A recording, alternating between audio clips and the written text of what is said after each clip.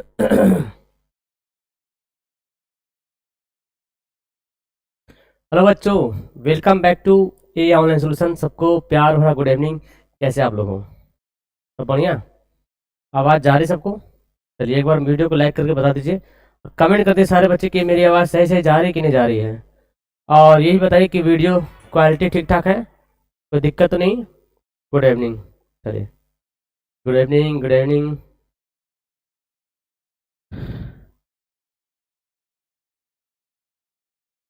आवाज़ रोबोटिक हो गया ना? एक मिनट, थोड़ा सा मुझे टाइम दीजिए। रोबोटिक आवाज़ में प्रॉब्लम आ जा रहा। एक मिनट।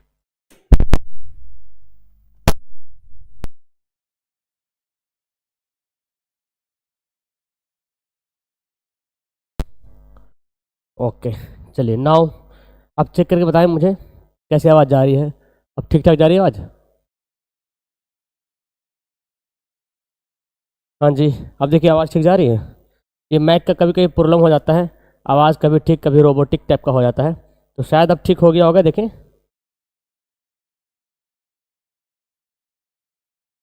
ठीक हो गया? चलिए बहुत अच्छा, आवाज़ ठीक जा रही है। तो बच्चों आज हम लोग क्या पढ़ेंगे? आज हम लोग पढ़ने वाले बिहार बोर्ड का इम्पोर्टेंट मॉडल पेपर, यानी कि हम लोग मैथ का 50 ऐसा ऑब्जेक्टिव क्वेश्चन करने वाले हैं जो एग्जाम में जिससे रिलेटेड क्वेश्चन आए, जिससे रिलेटेड एग्जाम में प्रश्न आए, वैसा प्रश्न का हम लोग पढ़ने वाले हैं। ओके,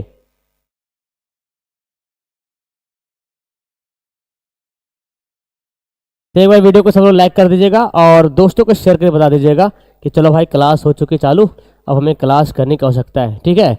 वे ओके, चलिए सबको गुड इवनिंग, गुड इवनिंग। सब बढ़िया मस्त चल रहा है, तैयारी बहुत बेहतरीन चल रही होगी, एग्जाम करीब है। अब देखो आज हो गया कितना तारीख? 13 तारीख हो गया जी। 17 से एग्जाम, मतलब 2 महीना, मानो मोटा मोटी तौर पे 2 महीना समय और बचा है। 2 महीना अपने आप को झोंक दीजिए, जितना हो सके पढ़िए। मैं तो कहूँगा जितना जितना भी पढ़िएगा ना, समय कम पड़ जाएगा, आपकी पढ़ाई इतनी ज़्यादा है। इनकी रिवीजन करोगे, पढ़ोगे, लिखोगे, क्वेश्चन को सोल्व करोगे तो आपका समय कम पड़ जाएगा। लगेगा काश 1 महीना और होता, 1 महीना और होता, है ना? तो ये काश वाला शब्द ना आए, बस अपने आप को जितना मिलता समय झोंकिए और पढ़िए मन लगा के। ओके, क्लास की शुरुआत करते हैं। मैथ का हम लोग पढ़ रहे हैं, मॉडल पेपर का 50 क्वेश्चन, ठीक है ना? बेहतरीन क्वेश्चन आपके लिए यहाँ पे अरेंज किया गया है। ये हमारा रफ्तार बैच है जो कि अपने गति से मंजिल की ओर जा रही है। अभी भी आप 2 महीना में एप्लीकेशन के माध्यम से घर में बैठ के आराम से तैयारी कर सकते हैं और 450 प्लस का जो सपना देखे हैं वो पूरा कर सकते हैं। अभी इसका बैच का रेट है 299, ज्वाइन हो सकते हो। एंड ये न्यू बच्चों के लिए जो 2026 में एग्जाम देने वाले मैट्रिक क्लास, उसके लिए न्यू बैच आ चुका है, जुनून बैच। नंबर यहाँ पे दिया हुआ है, इसे कांटेक्ट कर लीजिएगा। एंड ये है आपके लिए बहुत ज़्यादा मोटिवेशनल लाइन जो आज आपको पढ़ने में ऊर्जावान बनाएगी, है ना, और मोटिवेट करेगी। देखिए ये क्या बोला गया है यहाँ पे, कागज अपनी किस्मत से उड़ता है, कागज अपनी किस्मत से उड़ता है, पतंग अपनी काबिलियत से। किस्मत साथ दे या ना दे, मगर काबिलियत हमेशा साथ देगी, है ना? ये बात ये हम सब के लिए है कि किस्मत जो है ना, कभी कभी साथ देती है, कभी नहीं भी देती है, लेकिन जो आपके अंदर जो काबिलियत है ना, वही बोला गया, काबिलियत जो हमेशा साथ देगी, वो बहुत ही मतलब पक्का होता है, समझ लिए, अपने वादे का पक्का होता है। जब आपके अंदर काबिलियत आती है, जब गुण आ जाता है ना, तो वो अपने वादे का पक्का होता है। कागज कोई भी, किस्मत जो है, किस्मत होता है, किस्मत है तो मेरे अच्छा नंबर आ गया, किस्मत तो ये हो गया, किस्मत तो भाई जो है रहने का होगा, लेकिन अपनी काबिलियत भी जो है किस्मत पे भारी पड़ सकती है। अगर आपने आपके अंदर में, अगर आपने अपने आप को इतना काबिल बना दिया ताकि किस्मत भी जो है झुक जाए और बोले ले बेटा तुम क्या चाहते हो, क्या चाहते हो तुम बताओ। ठीक है ना? चलिए क्वेश्चन यहाँ पे देखें, 1 बाय 1 करके क्वेश्चन पढ़ेंगे। 50 क्वेश्चन है, काफ़ी इंपॉर्टेंट होगी ये वीडियो। हाँ ठीक है, चलिए।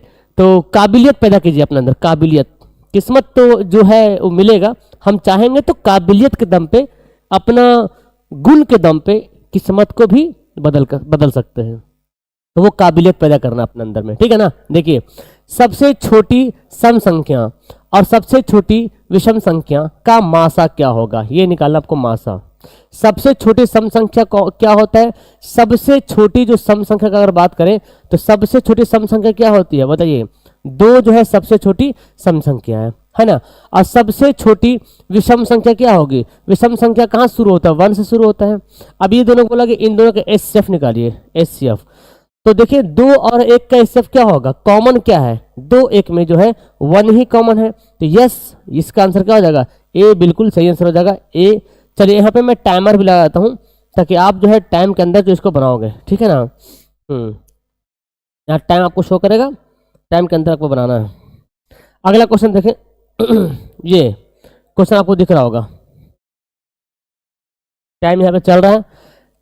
6 cot थीटा बराबर 8, तो sin थीटा का मान कितना होगा। ऐसे प्रश्न आएंगे एग्जाम में, इसी तरीके प्रश्न आते हैं, आपको ध्यान से बनाना डेडिकेट होके। देखिए 6 cot थीटा बराबर 8 दे दिया है, तो हम यहाँ से क्या करेंगे बच्चों, cot थीटा का मान निकालेंगे 8/6। cot का फॉर्मूला क्या होता है, आधार बटे लंब, ठीक है ना।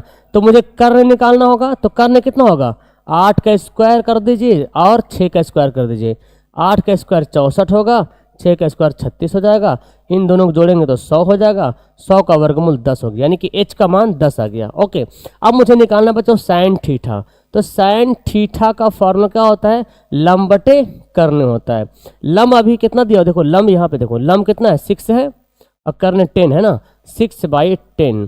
तो ऑप्शन है 6/10 नहीं दिया हुआ है, इनमें से कोई नहीं। ओके, ऑप्शन डी इनमें से कोई नहीं। जब ना रहे ऑप्शन तो क्या बोलेंगे, इनमें से कोई नहीं, ठीक है।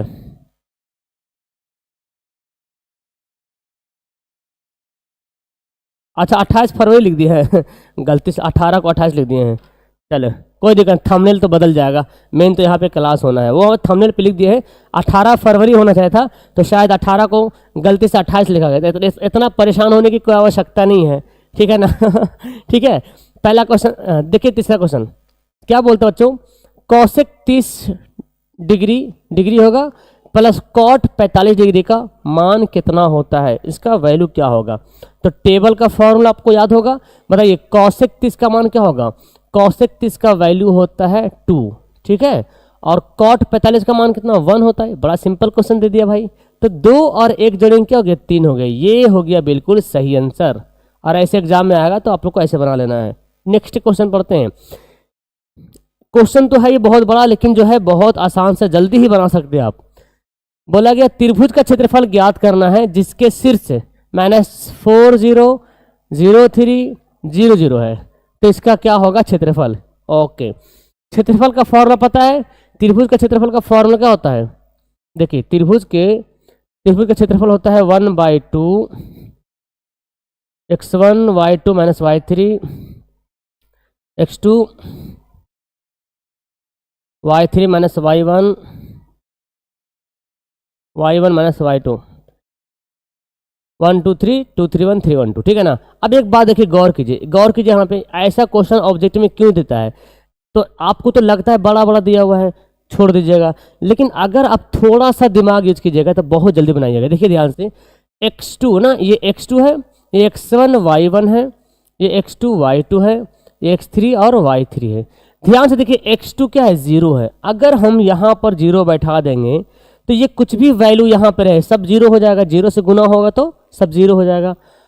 x3 0, अगर यहाँ पे 0 लिख देते हैं तो सारा यहाँ पे क्या हो जाएगा 0 हो जाएगा, तो यानी कि इधर का कहानी खत्म, गोल हो गया ना, 0 हो गया। अब मुझे इधर का बचा कहानी 1/2। x1 कितना है -4 है, y2 कितना है 3 है, और y3 कितना है 0 है, तो इतने को ही बनाएंगे। 1/2 हो जाएगा और -12 चरतिया 12 हो जाएगा, तो इसको 1/2 गुना 12 काटेंगे, 2 छक 12 कितना हो जाएगा 6 हो जाएगा। ऑप्शन सी बिल्कुल सही आंसर हो जाएगा, ठीक है, वेरी गुड, क्लियर, सबको समझ में आ रहा। आगे बढ़ाइए, ये क्वेश्चन देखें, छोटा है पर बहुत जो है दमदार क्वेश्चन है और बहुत इंपॉर्टेंट क्वेश्चन है। ओके, वाई अक्ष पर स्थित क्वेश्चन दिया हुआ है, वाई अक्ष पर स्थित किसी बिंदु का निर्देशांक क्या होता है। याद कीजिएगा बहुत आसान क्वेश्चन है, समझना खाली है।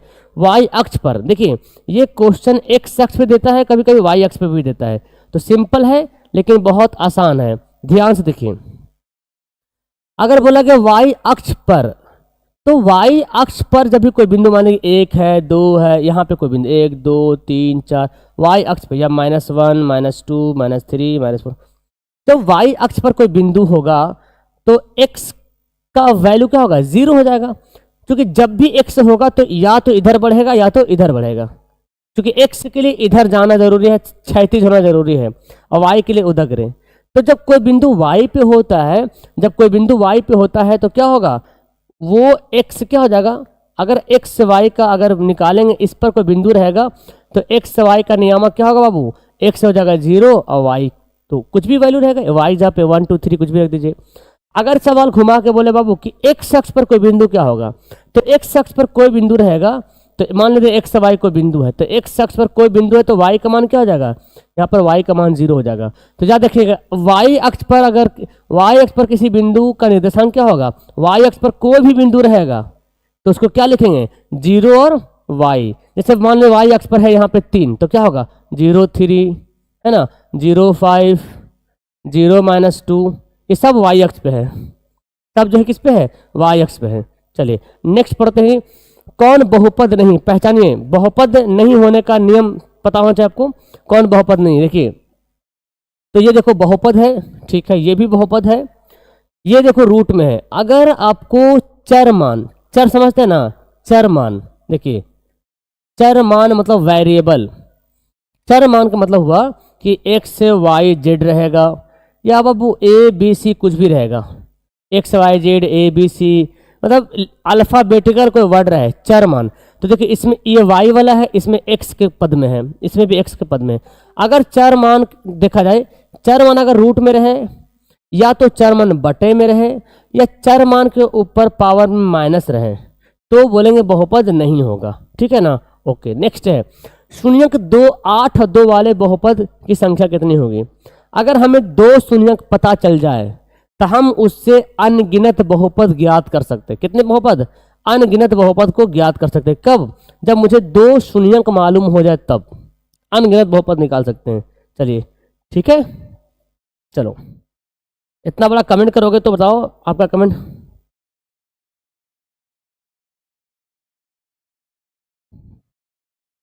चलिए ठीक है, ग्रुप में क्या चल रहा, कौन ग्रुप में क्या चल रहा भाई, कौन सा ग्रुप में क्या चल रहा, पढ़िए, पढ़ने के बाद देखेंगे पहले। ग्रुप तो लॉक है पूरा, कोई बच्चा वहाँ पे मैसेज नहीं कर सकता है। ओपन है क्या, सब मैसेज कर रहे हैं क्या वहाँ पे, ग्रुप तो लॉक है, ओनली एडमिन किया हुआ है। चलिए बनाते पहले इसको। देखिए बिंदु 3 4 दे दिया और ये हमारा इक्वेशन है, ठीक है ना। तो बोला गया इस पे अगर आलेख रखा है, ये एक ग्राफ है, तो ए का वैल्यू क्या होगा। अब देखो ये x है, ये y, इसका वैल्यू यहाँ पर रख दीजिए 3y बराबर ax प्लस 7। ओके, y का मान कितना बाबू 4 है, a का मान तो नहीं मालूम, x का मान 3 है। चलिए 4 3 12 हो गया, इस 7 इधर लाइए तो क्या हो जाएगा -7 हो जाएगा, ये 3a, तो ये कितना 5 बराबर 3a, और a बराबर क्या हो जाएगा 5/3, 5/3 हो जाएगा a का मान, option A. Clear, option A बिल्कुल सही आंसर हो गया। नेक्स्ट पढ़ते हैं कि द्विघात समीकरण का व्यापक रूप क्या होता है। द्विघात समीकरण का व्यापक मतलब समझिए कि वो फंडामेंटल जो बेसिक स्ट्रक्चर हो किस पे रहता है वो, तो ax² plus bx plus c ये रहेगा द्विघात बहुपद का व्यापक रूप। ओके नेक्स्ट क्वेश्चन देखें, यदि अल्फा और बीटा द्विघात बहुपद के मूल है 2x² प्लस x माइनस 2, ये द्विघात बहुपद के 2 मूल है अल्फा और बीटा, तो कहता है क्वेश्चन कि 1/अल्फा और 1/बीटा का वैल्यू ज्ञात करो। 1/अल्फा प्लस 1/बीटा कैसे निकालेंगे इसका मान, देखिए इसका डायरेक्ट फॉर्मूला आप लोग याद कर लो, ठीक है ना, याद भी होगा -b/a मैंने b/c ना, b/c, b का मान कितना है 1 -1, c कितना है -2, वाओ, तो दोनों कट जाएगा ना, 1/2 हो जाएगा, 1/2 ऑप्शन है। नेक्स्ट पढ़ते हैं, दी गई एपी का सार व अंतर क्या है। सार व अंतर यानी कि कॉमन डिफरेंस, इन दोनों का डिफरेंस कितना है। देखिए 3 है, 1 है, -1 है, -3 है, तो घटा दीजिए, 1 में से 3 घटा दीजिए, या तो -1 में से 1 घटा दीजिए, या तो -3 में से 1 -1 घटा दीजिए, आंसर उतना ही आएगा। तो 1 में से 3 घटाएंगे तो होगा -2, ये भी आपका आंसर है। यहाँ भी ट्राई करके चेक कर लेते हैं, -3 में से घटाएंगे -1, तो -1 +1 यानी कि -2, चूंकि एपी में है तो सार व अंतर बराबर होगा, और क्या आ रहा -2 आ रहा, ऑप्शन ए। ठीक है, नेक्स्ट क्वेश्चन दिया हुआ है, कौन समांतर श्रेणी है? इन चारों में से कौन जो है समांतर श्रेणी में आता है? तो पहली बात तो यहाँ पे देखो, ये ऐसे कैंसिल हो जाएगा, 0 3 0 3 3, ये नहीं होगा। कौन समांतर श्रेणी में, अच्छा सवाल खुद बोला कौन समांतर श्रेणी में नहीं है, तब तो फिर वही आंसर हो गया। ओके, ये नहीं है। ये सब देखो है 5 2 7 7 2 9 9 2 11, 2 2 बढ़ रहा है, तो ठीक है, डिफरेंट ठीक है। देखिए 11 में से 2 घटाएंगे 9, 9 में से 2 कम 7, 7 में से 2 कम 5, ठीक है।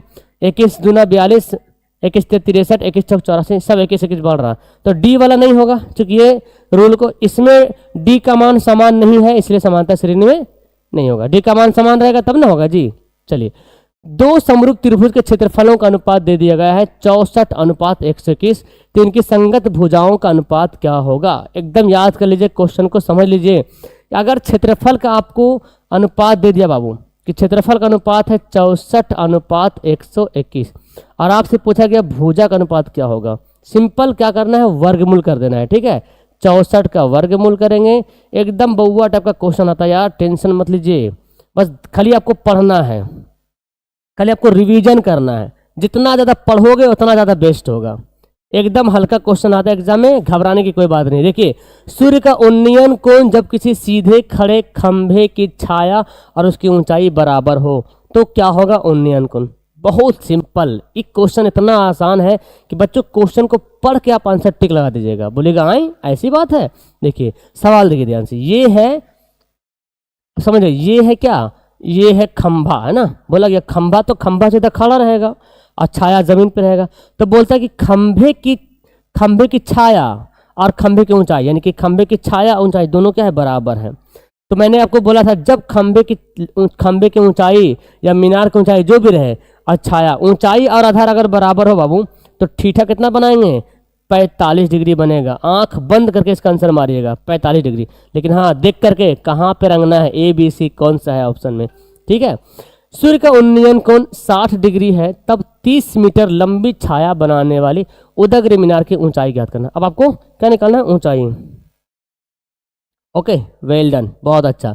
देखिए ध्यान से, एकदम सेम क्वेश्चन है, बस यहाँ पे अब वैल्यू निकालना है हमको। तो दिया हुआ है ये मीनार है, ये छाया है, ठीक है, छाया ही बोल रहा, तो बोलता है मीनार, सूर्य का उन्नयन कोण कितना डिग्री है, उन्नयन कोण यहाँ बनेगा 60 डिग्री। ओके, और आपको क्या बोला, 30 मीटर लंबी छाया, तो छाया तो जमीन पर रहेगा, 30 मीटर लंबी छाया है, तो मीनार की ऊंचाई क्या होगा। अब हमको लंब निकालना है बाबू, आधार दिया हुआ है, लंब आधार का रिलेशन किस में आता है, कौन सा फॉर्मूला है जो अनुपातिक फॉर्मूला लंब और आधार का, लंब बटे आधार या आधार बटे लंब, दोनों में से कोई भी चलेगा। तो लंब बटे आधार तो tan में आता है, सिंपल tan से बनाते हैं ना, tan कितना डिग्री है, 60 डिग्री। लंब कितना है, देखिए ये लंब है, ये आधार है, tan 60 का मान कितना होता है, √3 होता है। सिंपल एकदम क्वेश्चन है। अगर h का मान निकालना है तो 30 को क्रॉस गुना कर देंगे, 30 √3 मीटर, यही हो गया लंब बटे आधार। 30 √3 होगा, ये बटा दिया हो ना, बटा तो नहीं है ऑप्शन में, बटा तो आंसर नहीं आया, ऑप्शन है 30 √3, यस, ये हो गया आपका बिल्कुल सटीक आंसर, यानी कि ये क्या हो गया, ये खंभे की ऊंचाई हो गया। अगला क्वेश्चन देखिए, एक वृत्त पर कितनी स्पर्श रेखाएं खींची जा सकती है। एकदम बउआ टाइप का क्वेश्चन है, लेकिन नहीं पढ़िएगा तो दिमाग के बाहर है ना। एक वृत्त पर कितनी स्पर्श रेखाएं खींच सकते हैं, तो आपको बता देते हैं, एक बार याद रहेगा, बहुत बार बताए हैं जी। मैंने बोला था कि बाबू अगर एक वृत्त पर बोले ना, ये नहीं बोले कि कितने बिंदु पर, खाली बोला कि एक वृत्त पर कितनी स्पर्श रेखा खींच सकते हैं। तो एक वृत्त पर अनगिनत बिंदुएं होती है, अनगिनत बिंदुएं होती है एक वृत्त पर। जब बिंदु अनगिनत होगा तो हम रेखा भी अनगिनत खींच सकते हैं ना, तो हम स्पर्श रेखा भी अनगिनत खींच सकते हैं। अब यहाँ तो जहाँ तक हो पाए यहाँ पे दिखेगा, लेकिन एक बिंदु अनगिनत है तो हम रेखाएं भी अनगिनत खींच सकते हैं, देखिए है ना, हर बिंदु पे। तो अगर बोले अगर एक वृत्त के पे कितनी स्पर्श रेखा खींचेंगे तो अनगिनत, लेकिन एक बिंदु पे एक ही स्पर्श रेखा खिंचाएगा, एक वृत्त पर एक। अगर क्वेश्चन बोले बाबू कि एक वृत्त की एक बिंदु पे कितने स्पर्श रेखा खींचेंगे तो एक हो जाएगा, ठीक है। चलो, चक्रीय चतुर्भुज के सभी कोणों का योग क्या होता है। अब नया नाम आ गया चक्रीय चतुर्भुज। ये क्या होता है, अगर वृत्त के अंदर, अगर किसी भी वृत्त के अंदर चतुर्भुज बनता है जो चारों शीर्ष वृत्त को टच करता है ना, देखो एक शीर्ष, दो शीर्ष, चारों सिर से टच करेगा तब कहलाएगा चक्रीय चतुर्भुज। अब चतुर्भुज का तीनों कोण का जोड़ तो पता ही है 360 डिग्री होता है, चार कोण है सॉरी, चतुर्भुज के चारों कोणों का जोड़ 360 डिग्री होता है।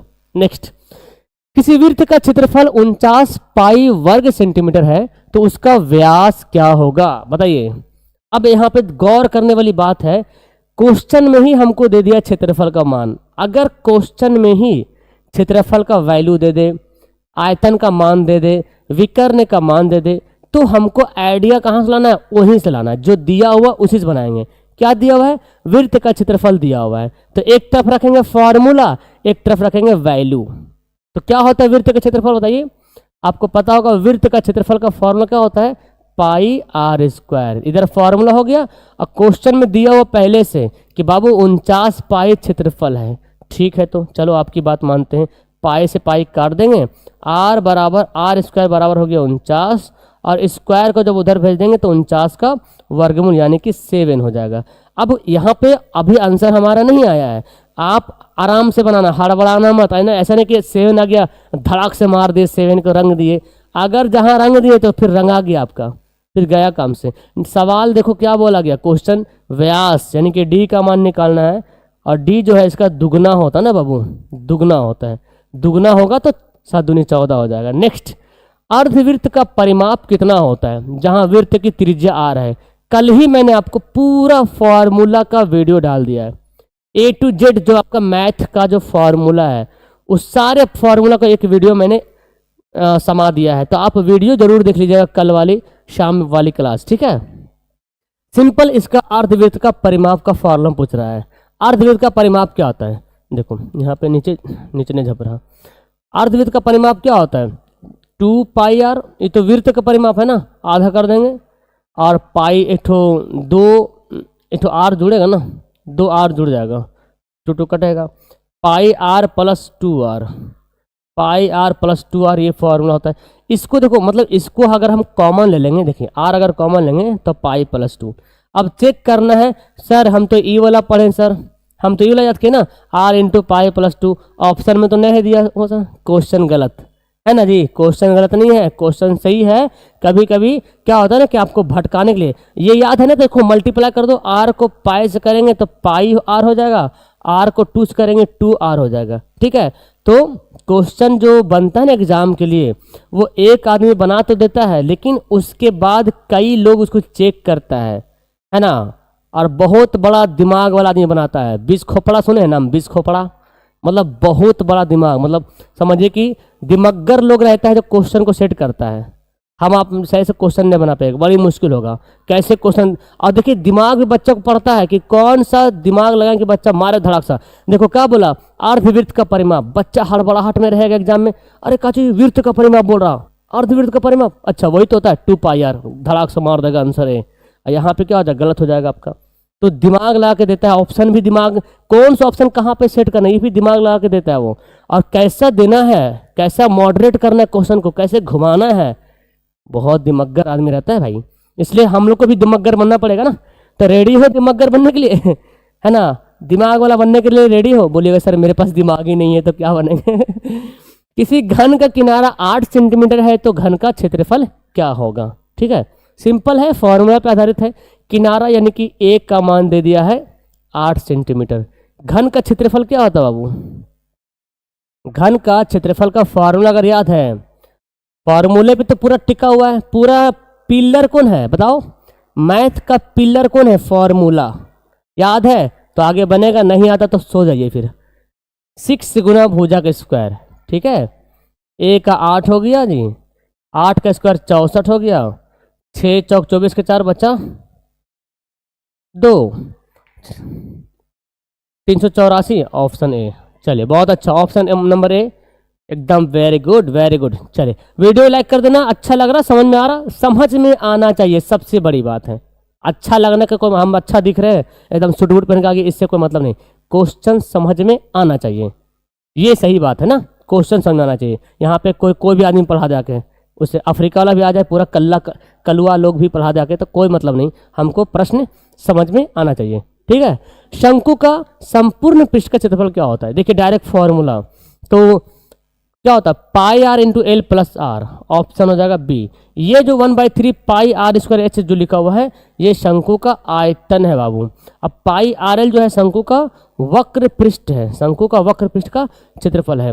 पाई आर स्क्वायर एच ये स्क्वायर है, ठीक है ना, ये बेलन का आयतन है ना जी, बेलन का आयतन है।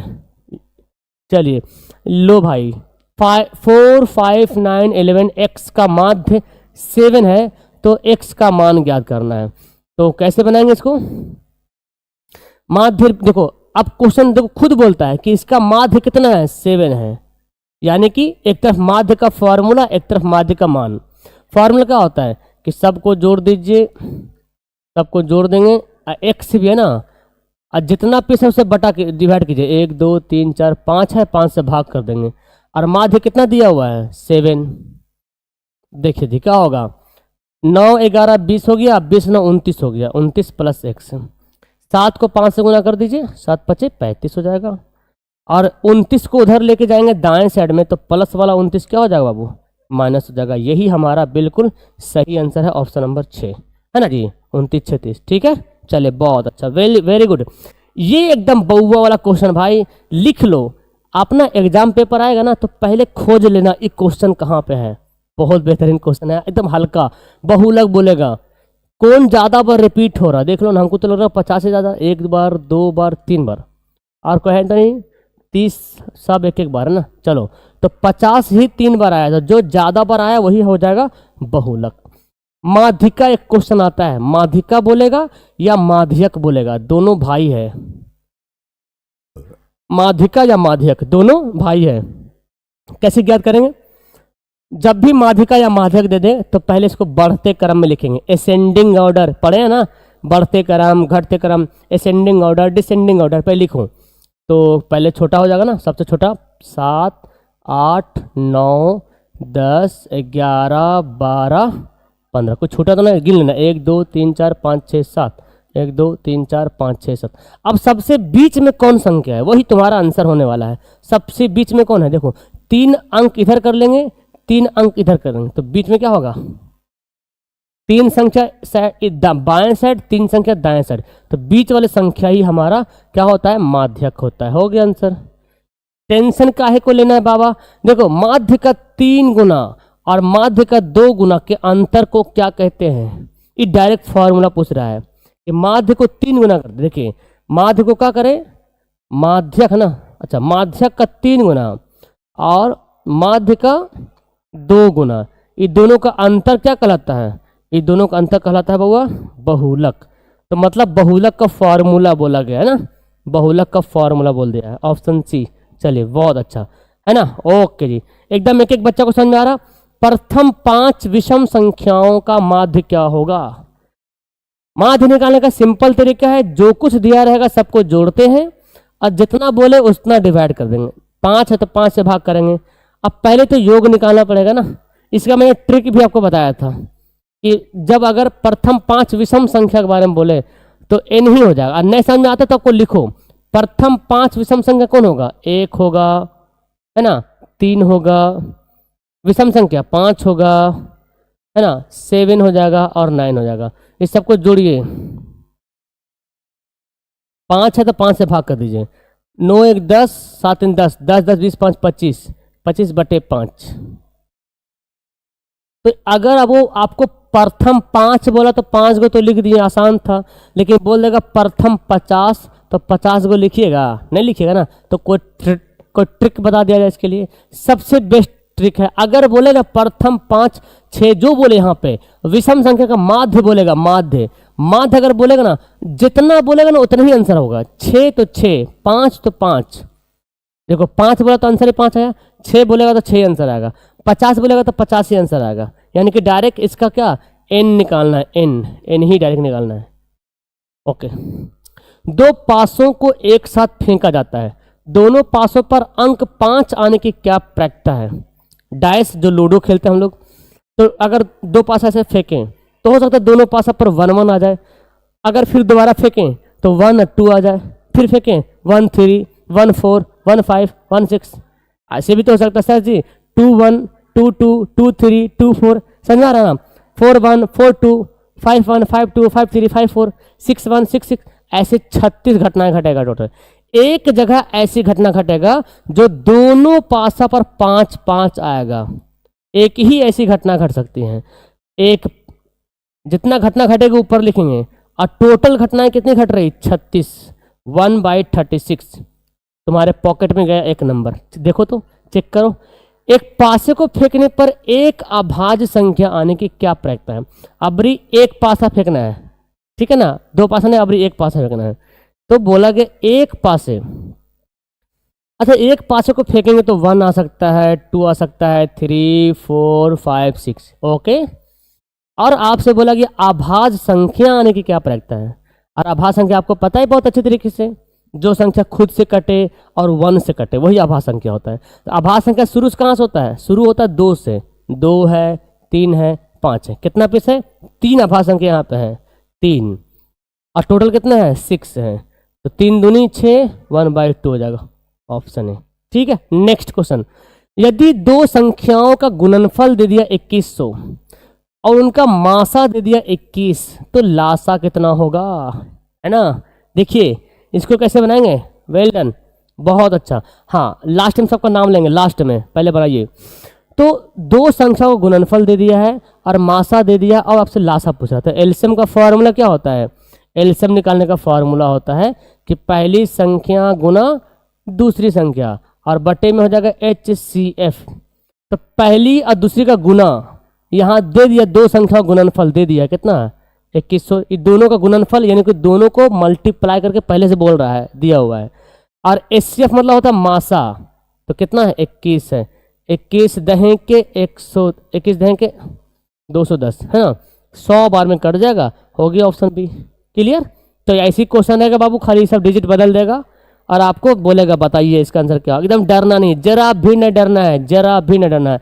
और मैं अब से ये कोशिश करूंगा कि हर 2 दिन पर मैथ क्लास लाऊं, हर 2 दिन पर मैथ क्लास लाऊं, ठीक रहेगा ना, क्योंकि बहुत ज़्यादा जरूरी, मैथ का रिवीजन बहुत ज़्यादा जरूरी है। यदि p एक धनात्मक पूर्णांक है तो धनात्मक सम पूर्णांक का रूप क्या होगा? सम और विषम का फंडा समझ लीजिए। सम संख्या, अगर कोई भी सम संख्या में कोई भी संख्या गुना करेंगे सबको सम बना देगा, समझ आया। लेकिन अगर उस सम में अगर एक विषम जोड़ देंगे ना, सबको विषम कर देगा। देखिए ध्यान से, यहां पे अगर देखो ये p है ना, तो p की जगह पे कोई भी नंबर रख दीजिए। अगर 1 रखते हैं तो 1 + 1 तो 2 हो जाएगा। लेकिन अगर p की जगह पे 2 रखेंगे तो 2 + 1 क्या हो जाएगा? 3। तो ये विषम आ रहा, कभी सम कभी विषम आ रहा। यहाँ भी p की जगह पे कुछ भी रख सकते हैं, 1 भी रख सकते हैं, 2 भी रख सकते हैं, 3, 4, तो कभी सम कभी विषम। यहाँ भी अब ये देखो, ये ही है हमारा आंसर। क्यों सर? अब p की जगह पे कुछ भी आप वैल्यू रखो, 0 को छोड़ के। 1 रखेंगे तो 2 हो जाएगा, 2 रखेंगे तो 2 दूनी 4 हो जाएगा, 2 3 जा 6, 2 4 जा 8, दुक्का पहाड़ा पढ़ो, 2 5 जा 10, है ना। कोई भी संख्या सम, देखो यहाँ पे विषम रखें तो सम आ गया, सम रखें तो भी सम आ गया, विषम रखें तो भी सम आ गया। तो ये सम संख्या का रूप है, ऑप्शन ए हो जाएगा। नेक्स्ट, 5x² + 7x + 12 के शून्यांक अल्फा बीटा हो तो अल्फा प्लस बीटा का मान क्या होगा? अल्फा प्लस बीटा एकदम बेसिक क्वेश्चन है आपका, चैप्टर नंबर 2 बहुपद से सवाल है जो शुरू पढ़े होंगे आप लोग। अल्फा प्लस बीटा एकदम आसान क्वेश्चन है। क्या होता है? -b/a। फॉर्मूला ही तो याद करना है भाई। अब यहाँ पे b कौन है? देखो, x² जिससे गुना होता वो a कहलाता है, ठीक है। x जिससे गुना होता वो b कहलाता है। c जो है अचर पद रहेगा जो कि किसी से मल्टीप्लाई नहीं रहेगा।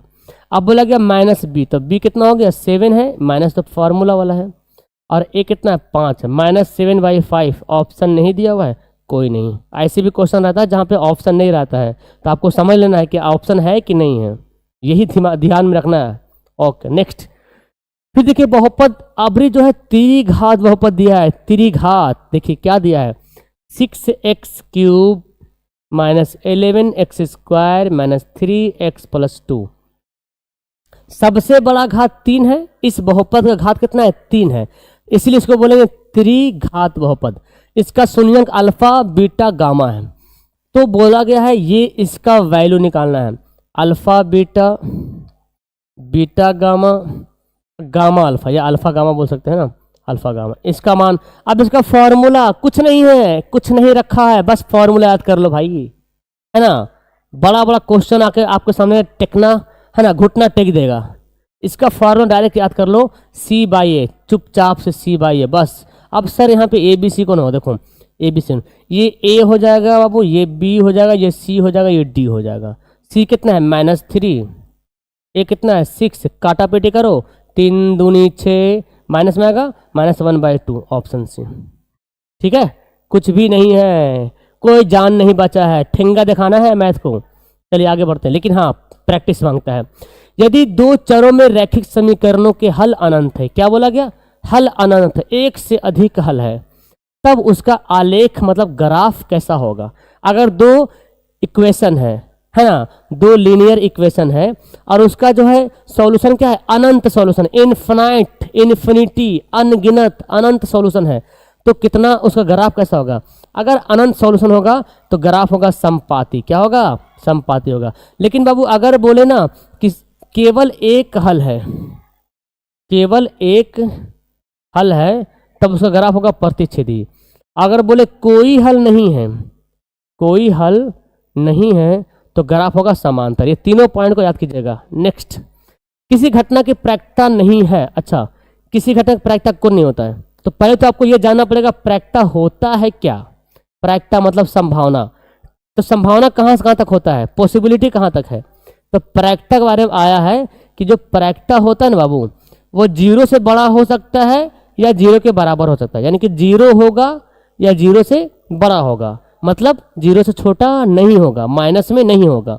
ओके, और बड़ा कहाँ तक होगा, तो बोला बड़ा होगा 1 तक या 1 से छोटा होगा। तो 0 होगा या 0 से बड़ा होगा, या 1 होगा या 1 से छोटा होगा। 1 से बड़ा नहीं हो सकता है, 0 से छोटा नहीं हो सकता है, यानी कि माइनस में नहीं हो सकता, कतई नहीं होगा माइनस में। माइनस जैसी दिखेगा आंसर तुम्हारा हो जाएगा, माइनस में कभी भी प्रायिकता नहीं होता। Well done. नेक्स्ट क्वेश्चन है, किसी अर्धगोले की त्रिज्या r है, उसका संपूर्ण पृष्ठ का क्षेत्रफल ज्ञात कीजिए। ऐसा क्वेश्चन काहे देता है, क्योंकि बच्चा को पता है गोला का क्षेत्रफल होता है 4πr², अर्धगोला है 2π कर दो, है ना, 4πr² होता है गोला का क्षेत्रफल, तो इसको आधा कर देंगे सर तो अर्धगोला का हो जाएगा। लेकिन यहाँ पे संपूर्ण बोला गया, संपूर्ण, तो अर्धगोले का संपूर्ण में होता है 3πr², और 2πr² होता है इसका गोला का वक्र होता है, वक्र। दो वृत्तों की परिधियों का अनुपात दे दिया, उनके क्षेत्रफलों का अनुपात क्या होगा। एक बात नोटिस कर लीजिए, अगर यहाँ पे परिधि की जगह पे बाबू त्रिज्या दे दे या तो व्यास दे दे, ठीक है, वृत्त की परिधि दे दे, परिधि का अनुपात दे, या त्रिज्या का अनुपात दे, या व्यास का अनुपात दे, और आपसे पूछे परिधि का ही अनुपात या व्यास का अनुपात, तो वही हो जाएगा, जो दिया है वही हो जाएगा। लेकिन अगर क्षेत्रफल का अनुपात पूछे, अगर क्षेत्रफल का अनुपात पूछ लेगा तो कुछ नहीं, स्क्वायर कर देना है, 3 का स्क्वायर 9, 1 का स्क्वायर 1, 9 1 हो जाएगा। क्लियर। अब जरा मुझे बताइए, अगर आपने पढ़ लिया तो मुझे इस क्वेश्चन का आंसर बताइए। किसी वृत्त की त्रिज्या का अनुपात 5:2 है, तो उसके परिधि का अनुपात क्या होगा।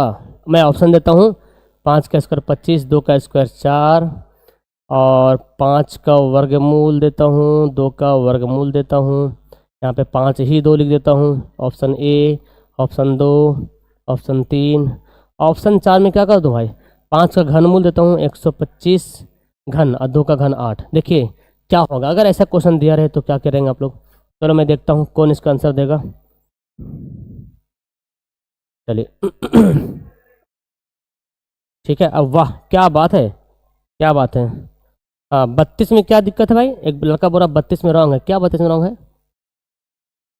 अच्छा 32 का रॉन्ग, फॉर्मूला क्या होता है, ठीक तो है फॉर्मूला C/A होता है, सिंपल तो C/A। इसको तुम रॉन्ग, अच्छा याद नहीं किया तुमने फॉर्मूला भाई, इसीलिए आपने गड़बड़ा गया, फॉर्मूला याद करो।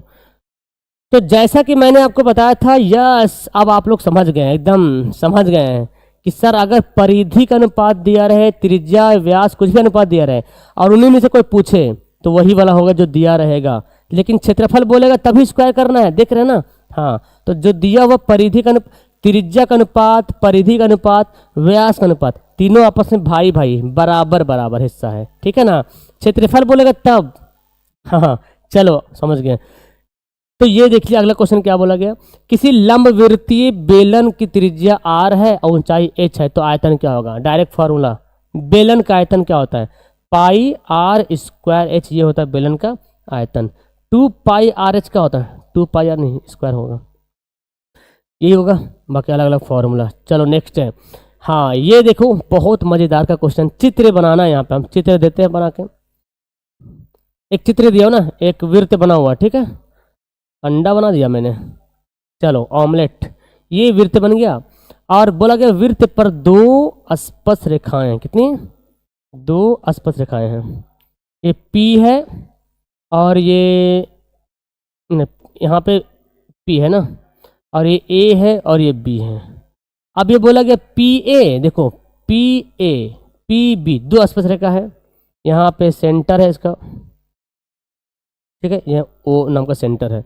तो बोला गया क्या, अब क्वेश्चन देखो, गौर करो क्वेश्चन पे, APB ई वाला कोण दे दिया बाबू 30 डिग्री। तो बोला गया AOB ये वाला कोण कितना होगा। एकदम हल्का क्वेश्चन है, एकदम आसान, बस थोड़ा सा दिमाग लगा लो भाई, थोड़ा सा। मैंने आपको एक बात बताया था कि बाबू ऐसा क्वेश्चन देना तो ई दोनों कोण को जब जोड़ेंगे तो 180 होता है। नियम कहता है कि ई दोनों कोण को जोड़ 180 होगा, दोनों कोणों का जोड़ 180 होगा। तो बाबू ई वाला 30 है तो ये क्या होगा, सिंपल सा है, 180 में से घटा देंगे, 180 में से 30 को माइनस कर देंगे तो क्या हो जाएगा 150। सिंपल है, सिंपल है, लेकिन पूछता बहुत है, याद कीजिए पूछता है एग्जाम में। ओके, 2 समरूप त्रिभुज के क्षेत्रफलों का अनुपात, अच्छा क्षेत्रफल दिया 9 और 16, चलिए मतलब अनुपात ही दिया हुआ है कि 9, क्षेत्रफल का अनुपात कितना दे दिया, 9:16। अब बोलता है भुजाओं का अनुपात क्या होगा, जस्ट उल्टा, भुजा था दिया हुआ, क्षेत्रफल निकालने के लिए हम लोग क्या किए थे, स्क्वायर किए थे।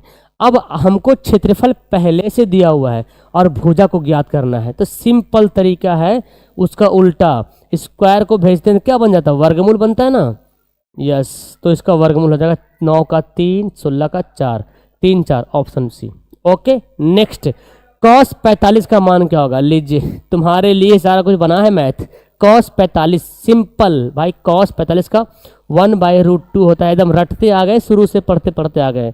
नेक्स्ट, cosec 90 माइनस थीटा किसके बराबर होता है। ऐसे क्वेश्चन आएगा, आएगा आएगा आएगा जरूर आएगा। cosec 90 माइनस थीटा क्या होता है, cosec 90 माइनस थीटा होता है sec थीटा। याद है फॉर्मूला, खटाक से बना दीजिएगा। यदि a + b 90 डिग्री है तो cos a किसके बराबर है।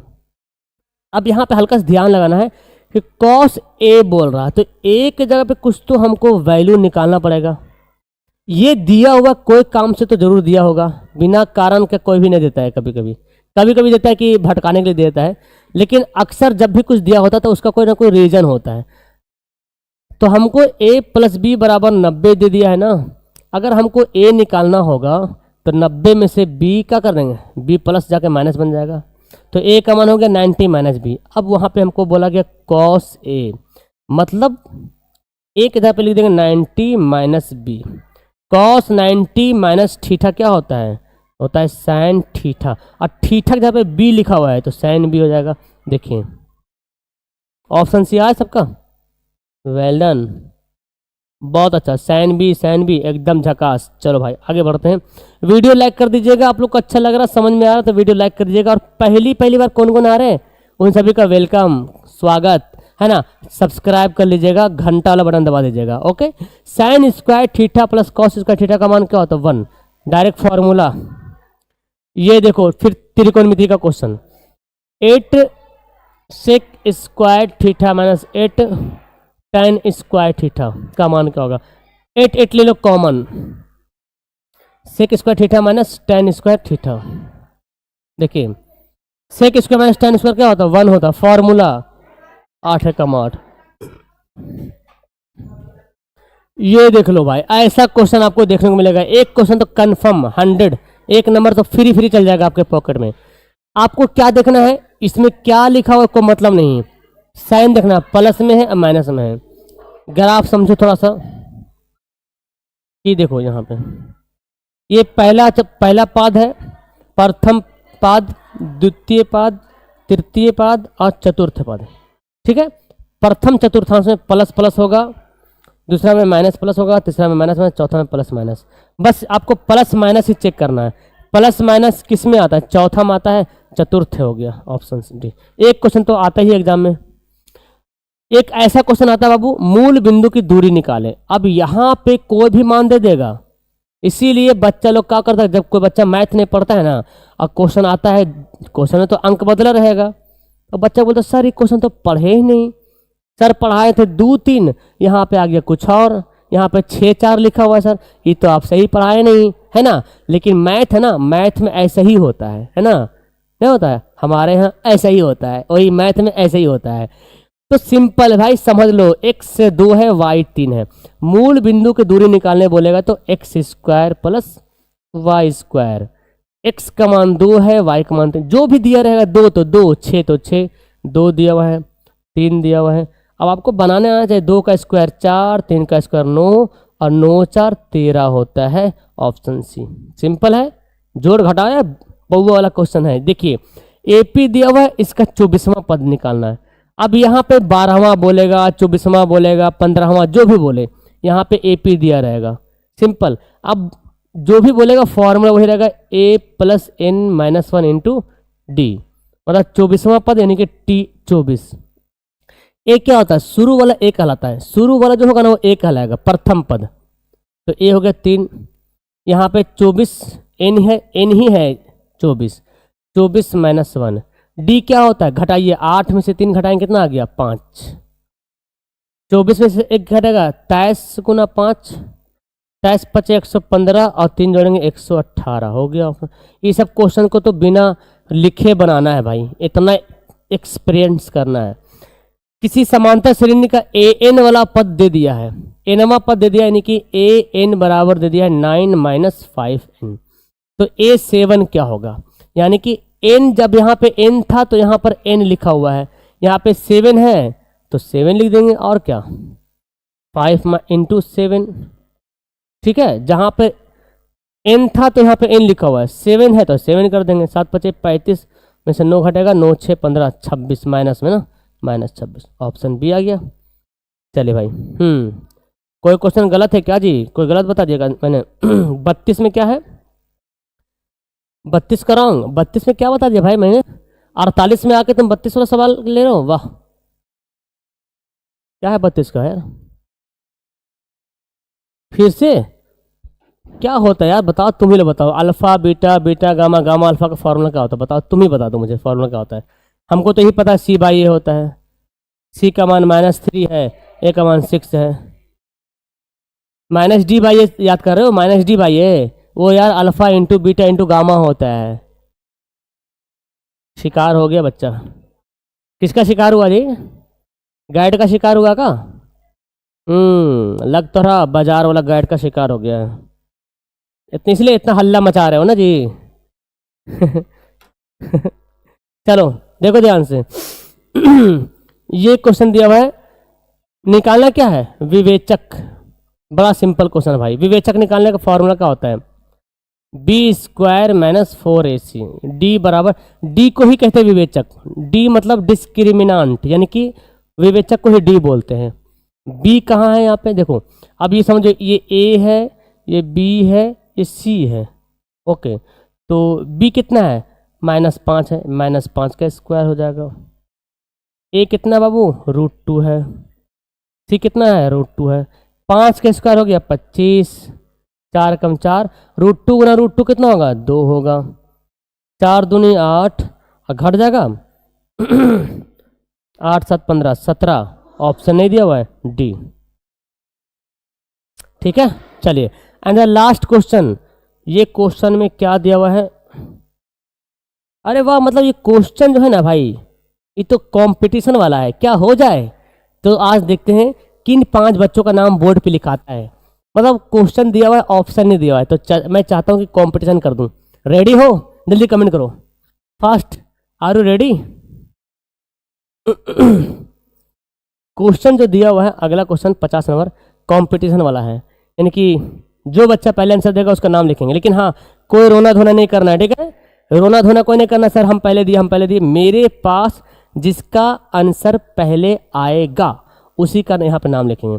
मेरा में भी लाइव चल रहा है, आप में भी लाइव चल रहा है। आगे पीछे हो सकता है इंटरनेट के कनेक्शन की वजह से, किसी का नेट फास्ट, थोड़ा सा फास्ट है, किसी का थोड़ा सा कम है, वही आगे पीछे कमेंट होता है, ठीक है? तो देखता हूँ भाई। रेडी, 1 2 3। ये क्वेश्चन दिया हुआ है, मैं कमेंट यहाँ पे रोक देता हूँ, ठीक है? 2 बेलनों की त्रिज्याओं का अनुपात 1:2 दिया हुआ है, उनकी ऊंचाइयों का अनुपात 5:3 दिया हुआ है, तो आयतनों का अनुपात क्या होगा? तो हम यहाँ पे कमेंट को रोक देते हैं, थोड़ा हम भी यहाँ पे देखते हैं इसका कैलकुलेट करके। बेलन का आयतन ना,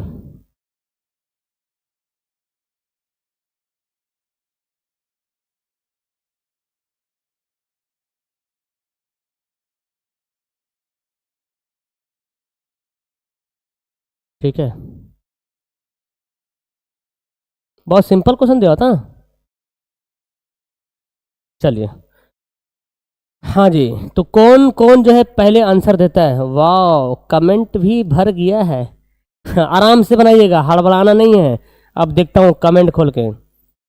चलो भाई, आगे बढ़ो, आगे बढ़ो, आगे बढ़ो। पहला कमेंट मेरे को दिख रहा है, एक मिनट, एक मिनट। अभी तक पहला दूसरा कमेंट सबका गलत आंसर आया है। एंड सबसे पहला जो कमेंट किया है उसका नाम लेना चाहूँगा, और मैं उनको जो है ना वाइट कलर से, अच्छा ब्लू ग्रीन कलर से मैं उनका नाम लिखूंगा यहाँ पे, ठीक है? चलो थोड़ा छोटा करता हूँ, नाम लिखाएंगे यहाँ पे।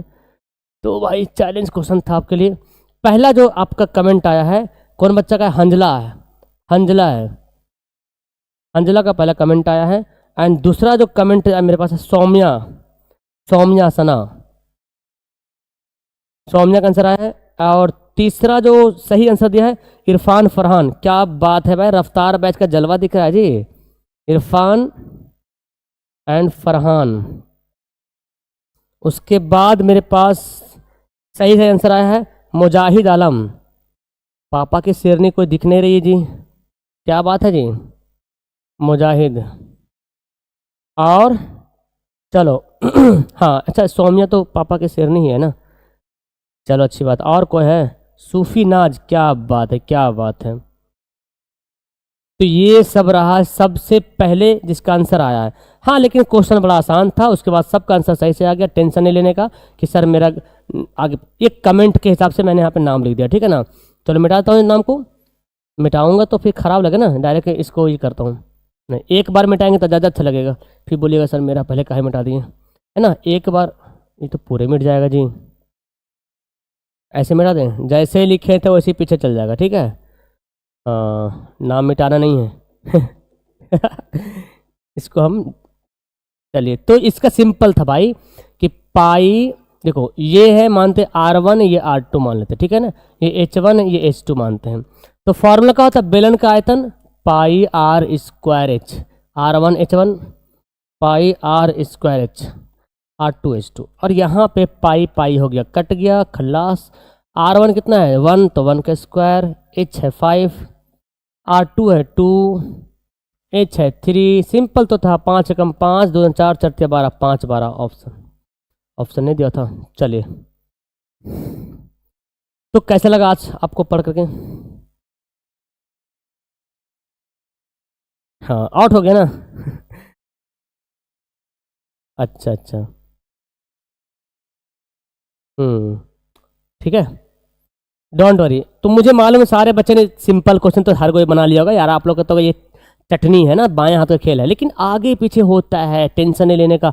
एग्जाम में मैथ जब आपका जब पेपर होगा तो वहाँ पे आपका टाइम का बहुत बड़ा कीमती रहेगा, मतलब बहुत ज़्यादा वैल्यू रहेगा। क्यों क्यों ये बात बता रहा हूँ? एक बात सुन लो, फ्री फ्री यहाँ पे सुन लो, एक बात फिर से सुन लो कि आपके एग्जाम में मिलेगा 3 घंटा 15 मिनट, ये केवल मैथ में मिलेगा, ठीक है ना? सोशल साइंस उसमें 2.25 घंटा मिलता है, 2 घंटा 45 मिनट।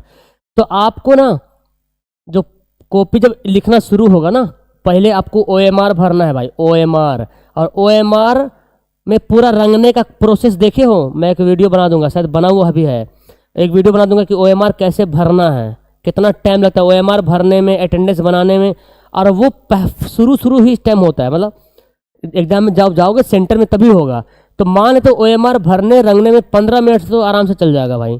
1 घंटा होगा कॉपी OMR छीन लेगा, लाओ कॉपी दे दो हमको, अब देंगे दूसरा क्वेश्चन, यानी कि सब्जेक्टिव बनाना है आपको, ठीक है। कॉपी नहीं देगा आपको, पहले आपको क्वेश्चन देगा जिसमें OMR रहेगा, रंगिए OMR में, कॉपी भी नहीं मिलेगा आपको। ओ भाई समझिए ध्यान से, है ना, आपको क्वेश्चन में ही आपको रफ करना है, कॉपी वहां पे नहीं मिलेगा।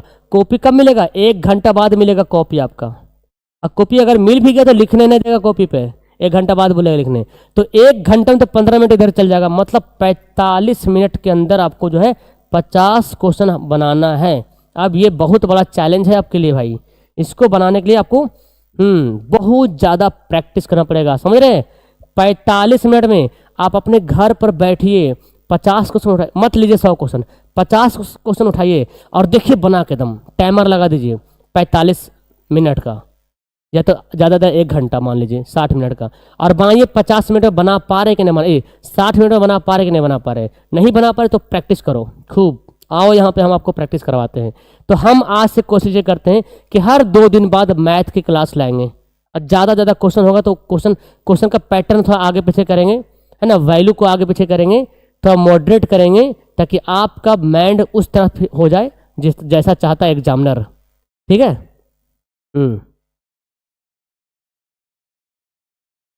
हाँ यही तो बात है, मैथ का सब्जेक्ट का कॉपी नहीं मिलेगा तो रफ कहाँ पे करोगे?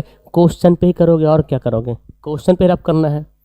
इसलिए तो मैं बोल रहा हूँ, इतना मैं क्यों चिल्ला रहा हूँ हमेशा कि भाई प्रैक्टिस करो, इतनी प्रैक्टिस करो कि क्वेश्चन पेपर पे जो साइड में बचता है ना, क्वेश्चन पेपर के साइड में जो चौथाई छूटा रहता है उसी में हल्का फुल्का रफ करोगे, पता चला कि पूरा बनाओगे तो क्वेश्चन ही पूरा भर जाएगा आपका सॉल्यूशन से, ठीक है। और कोई क्वेश्चन है? हाँ तो भाई मैथ का मोस्ट इंपोर्टेंट क्वेश्चन ही तो करा रहे हैं भाई, हम क्या करा रहे हैं, मैथ का हर क्वेश्चन इंपोर्टेंट है, पैटर्न मेन समझना है, मेन पैटर्न समझना है, पैटर्न को समझ गए मैथ का सोल्व हो जाएगा, ठीक है। तो अभी से आप लोग याद कर लो। अच्छा ठीक है, लॉन्ग क्वेश्चन मिलाएंगे, ओके जी, लॉन्ग क्वेश्चन मिलाएंगे, वेरी गुड। उर्दू का जो बच्चा होगा, Urdu online solution YouTube channel है, वहां पे क्लास होती है, वहां पे आप आएंगे। हाँ 3 घंटा 15 मिनट मिलता है, मतलब वही हुआ। तो 15 मिनट तो आपको ऐसे ही बोलेगा बाबू अटेंडेंस बनाओ, ई करो, ई कॉपी पर OMR वगैरह रखने देगा, तो मतलब वही मैथ में थोड़ा सा रिलैक्सेशन है, 3 घंटा 15 मिनट। बाकी साइंस में 2 घंटा 45 मिनट का टाइम देगा। अच्छा ठीक है, लिख दिए मुजाहिद, तो अब तुम्हारा नाम ही लिखा हुआ था।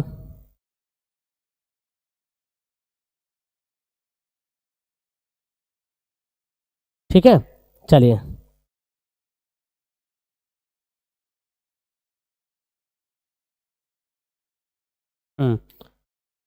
गेस क्वेश्चन जो दिए हैं तो उसको पढ़िए, हाँ जरूरी है पढ़ना उसके लिए, ओके। मैथ देखो, जिसका भी मैथ वीक है, अगर चाहते हो कि मैथ को स्ट्रॉन्ग करना है तो बस एक ही इसका जरिया है बाबू, यूट्यूब पे तो मैंने पढ़ाई है, लेकिन अगर चैप्टर वाइज पढ़िएगा, बेसिक पढ़िएगा तभी मजबूत होगा। ये तो अगले साल वाले बच्चों के लिए है, आपका कोई भाई बहन दोस्त जो भी रहेगा, अभी ऑफर में 399 जुड़वा दीजिएगा। और आप अगर आप इसी बार एग्जाम दे रहे हैं, मैथ कमजोर है, तो 2 महीना मैथ को मजबूत करने के लिए आपके लिए 1 महीना भी काफ़ी है।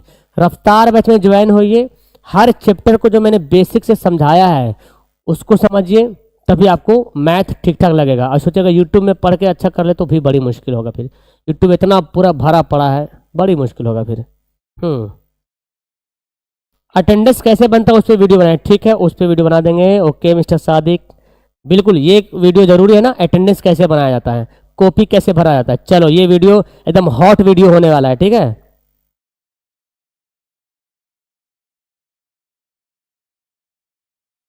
मैंने क्या बोला है कि मेरे पास जिसका पहले आएगा मैसेज उसी का, आपको लग रहा है कि हम पहले कमेंट किए बाद में वो कमेंट किया, शुरू में बोले कि रोना धोना नहीं लगाना है, मैं किसी को ये नहीं, सब मेरे लिए सब बराबर है, एक तराजू पे सब बराबर है, पापा के शेरनी और मम्मी के शेर, सब बराबर है, सब बराबर है, ठीक है, टेंशन मत लो।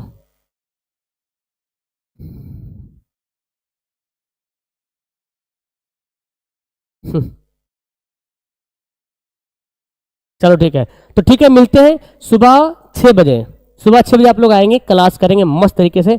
सुबह 6 बजे तैयारी करने वाले हैं। ओके, क्वेश्चन रफ करेंगे तो दिक्कत नहीं होगा, आराम से हल्का फुल्का, मतलब बीचों बीच में करना, मतलब ऐसे क्वेश्चन के फ्रंट पेज पे मत रफ करना, क्वेश्चन के बीच बीच में रफ करना, जहाँ तहाँ हल्का हल्का। अगर कोई चेक करने आ गया डीएम वगैरह वगैरह कोई भी, तो ऊपर में क्वेश्चन का वो पन्ना खोल कर रखना जहाँ एकदम प्योर सिंपल साफ सुथरा हो, है ना। जो क्वेश्चन पे लिखना अलाउ नहीं है, लेकिन वहाँ पे रफ पेज नहीं मिलेगा, उसमें करना होगा आपको। इसलिए अगर कॉपी दे दिया तो अच्छी बात है, मे भी अगर कॉपी दे दे तो कॉपी के लास्ट वाले पेज में रफ कर लीजिएगा। ठीक है जी, 500 क्वेश्चन लाना है। चलो ठीक है,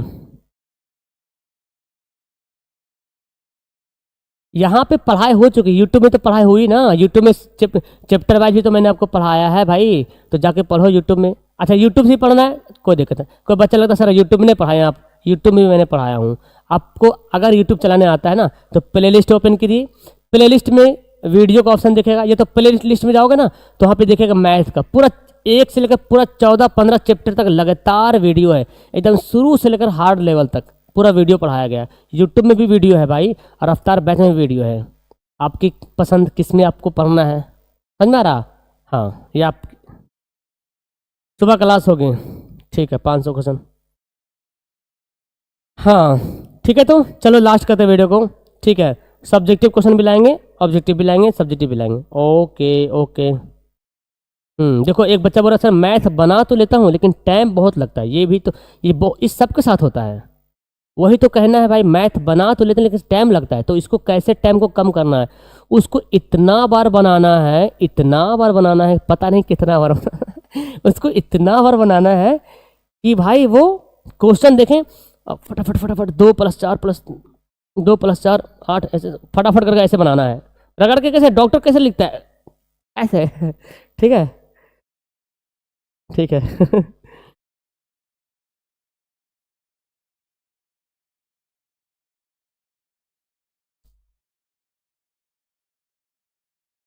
ठीक है, ओके। आज मॉर्निंग क्लास नहीं हो पाएगा, पता नहीं, आज रात तो सोए रह गए आज शायद, इसीलिए। मॉर्निंग में उठना बहुत बड़ा चैलेंज है यार, हमको सोते सोते ये 12-1 बज जाता है ठीक है, तो चलिए कल आते हैं लेके साइंस का क्वेश्चन।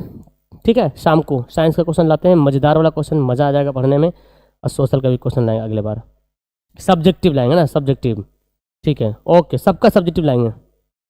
हाँ, 4 2 6 होता, हमने 8 लिख दिया ना। चलो भाई, I am wrong, you are right. Okay ठीक है, बेस्ट ऑफ लक बच्चों, पढ़ो ध्यान से, एकदम पूरा झोंक दो, पूरी तैयारी लग जाओ, सब काम धाम छोड़ दो, फालतू का काम है ना, बस अपना ज़्यादा करके डेडिकेशन पढ़ाई पे। सपना भी देखो पढ़ाई वाला, पढ़ाई इतनी करो कि आपके सपना में भी लगे कि हम अशफाक सर से पढ़ रहे हैं, ये ऑनलाइन सोल्यूशन में पढ़ रहे हैं, या तो खुद से पढ़ रहे हैं, है ना, या कोचिंग में पढ़ रहे हैं। सपना आना चाहिए, सपना में तब लगेगा आप रियल में पढ़ाई कर रहे हो।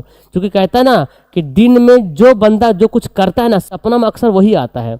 अब अगर सपना में आपकी पढ़ाई नहीं आ रही ना, तो भाई भारी दिक्कत वाली बात है।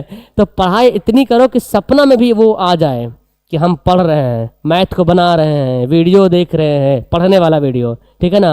हाँ, कोचिंग जा रहे हैं, ठीक है, चलो ठीक है, तो ओके, बाय बाय। कमेंट करिएगा एक प्यारा सा कि आज की क्लास आपको करने में कितना अच्छा लगा। आपका प्यारा कमेंट मैं जो इंतज़ार करूँगा। Okay, bye bye, good night.